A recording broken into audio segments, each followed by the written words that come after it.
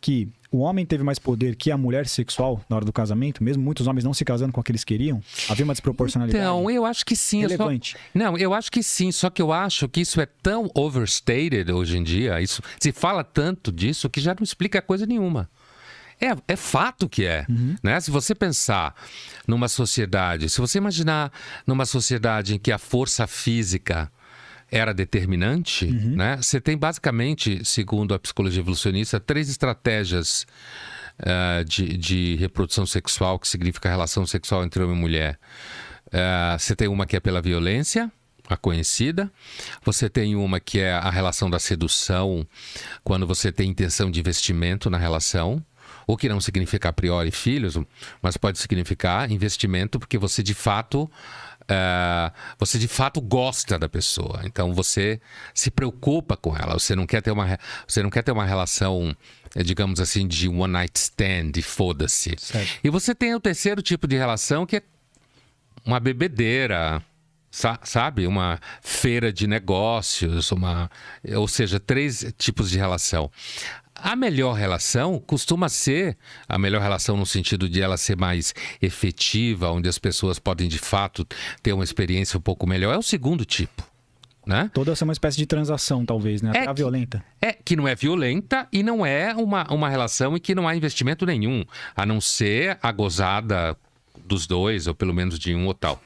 Então, assim, é claro que na primeira relação há a presença massiva da força masculina. Os homens sempre tiveram mais poder do que as mulheres, porque os homens são mais fortes fisicamente. Certo? Mais competentes para o trabalho que era necessário na época.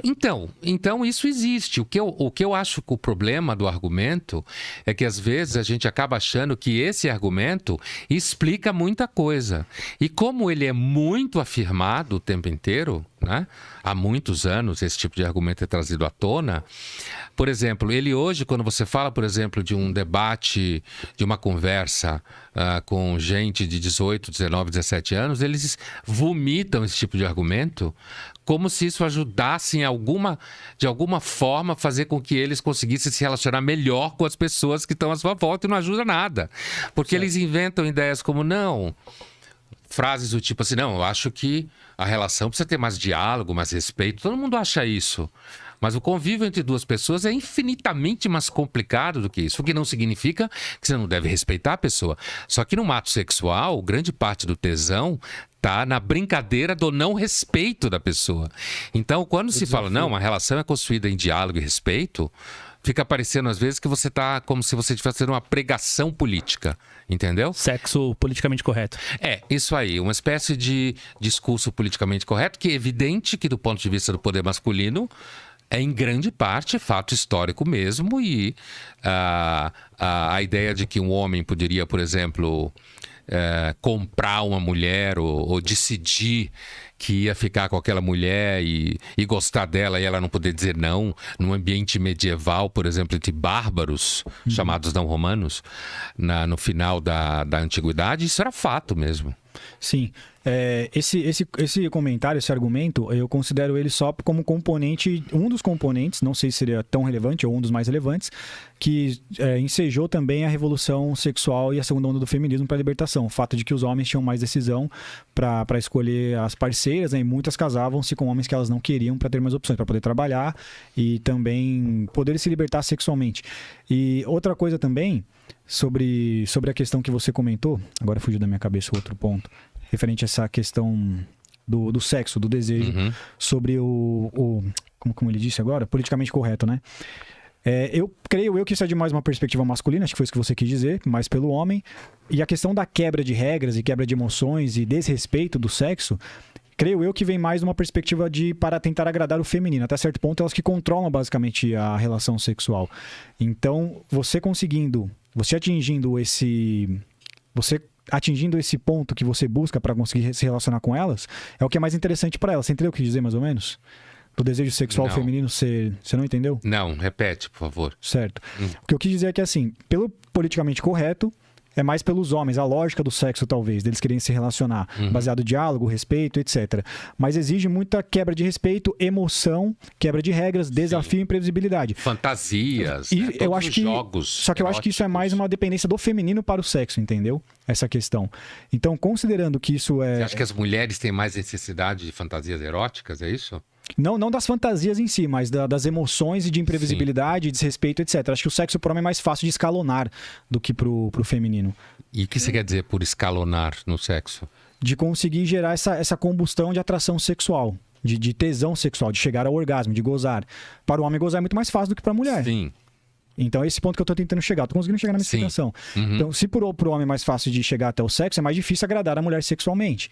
Considerando que, então, talvez hoje seja mais necessário e talvez mais relevante essa ideia de mais fortes emoções, de imprevisibilidade e quebrar regras. Para mulher, você está falando? Para a mulher, principalmente. Sim. Então, não há dúvida, voltando à frase do Nelson, de que a mulher adora qualidades do amante que ela não gostaria do marido, né? E pensando em algumas qualidades que o Nelson não necessariamente teria disse, imprevisibilidade, né? Às vezes mistério. Desrespeito, às vezes. Inclusive no jogo sexual, né? Uma coisa que pode causar muito problema num casamento em relação às mulheres também para com os homens, mas falando das mulheres para com os homens, dos homens para com as mulheres, mas falando das mulheres para com os homens, são elementos que produzam uma sensação de mistério, de que o homem tem algum mistério no dia a dia. Tem uma frase que o Júnior disse que é a frieza e o mistério. A frieza, elas preferem os homens misteriosos, frios e indiferentes. Então, num casamento isso pode não funcionar. Eu não tenho tanta certeza, sabe? Depois de alguns... Mas tem uma explicação para isso. Você mesmo já falou uma vez que você respondeu essa ideia, a mulher gosta de ser desprezada, mas não é que ela gosta de ser desprezada, é que todo mundo que tem a sensação de que tem o outro muito na mão tende a perder o interesse. Nesse sentido, acho que homens e mulheres seria esse tipo de indiferença. Esse mecanismo, esse tipo de mecanismo, é o mecanismo do tango, como se fala. Quando você vai em direção, o outro se afasta, quando o outro vem, você se afasta. Mas o que eu queria dizer, assim, eu tenho estado muito desconfiado de máximas com relação a gente ter muita certeza nesse âmbito das relações afetivas e sexuais, né? Por exemplo, características como leveza, bom humor, inteligência, né? São características que normalmente parecem atrair as mulheres, né? Agora, uma coisa que eu acho que pode ser determinante numa relação entre homens e mulheres, do ponto de vista da mulher, generosidade é fundamental nas relações. E quando você está falando de relações sexuais e eróticas, generosidade seguramente passa pelo tesão que você tem e fazer com que ela tenha tesão. Isso significa tempo. Isso significa você gostar de fazer ela ter tesão, o que é seguramente uma das formas possíveis de fazer com que uma mulher tenha prazer, inclusive pelo fato do prazer dela ser mais difuso ao longo do corpo. Sim. Né? E então, nesse sentido, os moleques afobados tendem a se ferrar.